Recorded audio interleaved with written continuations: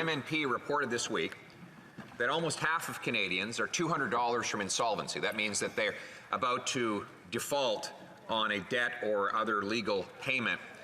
They can't afford groceries. 4 and 5 families have had to cut their diets to pay their bills, and 9 in 10 young people without a home say they'll never afford one. The Liberal solution to all this is to raise taxes on paychecks and on energy, including by tripling the carbon tax on gas, heat, and groceries. Will they cancel their plan to triple the tax? Honourable Deputy Prime Minister. Mr. Speaker, our government knows that many Canadians are struggling today with the cost of living, and we do have a Liberal solution.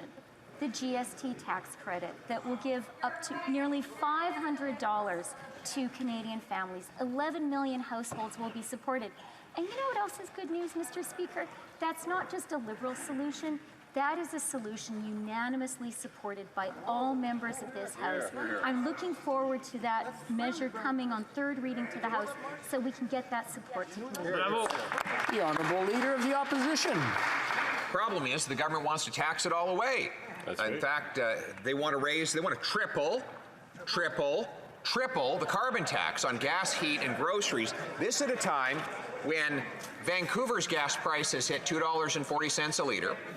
And we learned today that Ontario will soon have a 10-cent a litre sudden spike in gas prices. This is exactly the wrong time for a tax hike. Will the government cancel its plan to triple the tax? The Honourable Deputy Prime Minister. Mr. Speaker, I've already spoken today about one part of our government's solution that now enjoys support from all members of this House, and that is the GST tax credit. And I'd like to take this opportunity to call on all members of this House to support the other 2 elements of our plan. The $500 payment, one-off payment, to help Canadians struggling to pay their rent.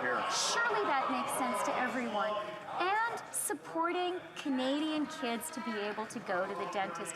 Who in this House thinks a child under 12 shouldn't go to the dentist just because their parents can't afford it? I hope we'll all support these wise measures. Honourable Leader of the Opposition.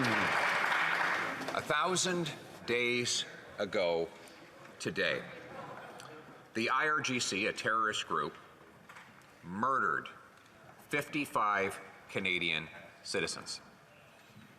Yet, 1,000 days later, it is perfectly legal for that same terrorist organization to raise money, coordinate, plan, and act right here in Canada. Unbelievable. Why? The Honourable Minister for Public Safety. I want to be unequivocally clear that we condemn the downing of PS 752. We stood with those families. We unequivocally condemn the brutal murder of Mahsa Amini, and we stand with her family and with all of the women who are marching for their rights, Mr. Speaker.